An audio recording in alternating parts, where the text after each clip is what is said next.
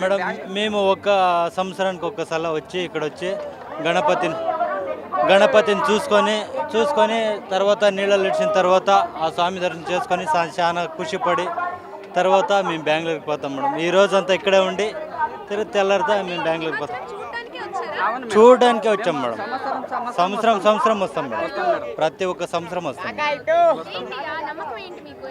నమ్మకం అంటే మేడం ఒక 100 అడుగుల గణపతి కదా హైదరాబాద్ అంటే అదే ఒక ఖుషి మేడం. దానికి ఇది చూస్తాము.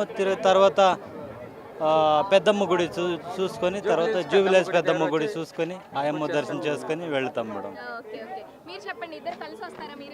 మేము ఇద్దరే కదా మేడం, మేము టీం వచ్చాము. మేము ఒక 11 మంది వచ్చాము.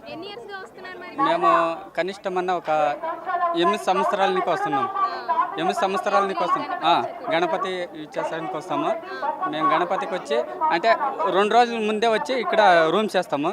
రూమ్ చేసుకొని ఇక్కడ ఆల్ట్ ఉండి మళ్ళీ ఇక్కడ గణేష్ చూసుకొని జూబిలీస్ పెద్దమ్మ గుడికి పోయి పూజ పునస్కారం చేసుకొని మేము బయలుదేరుతాము. మేము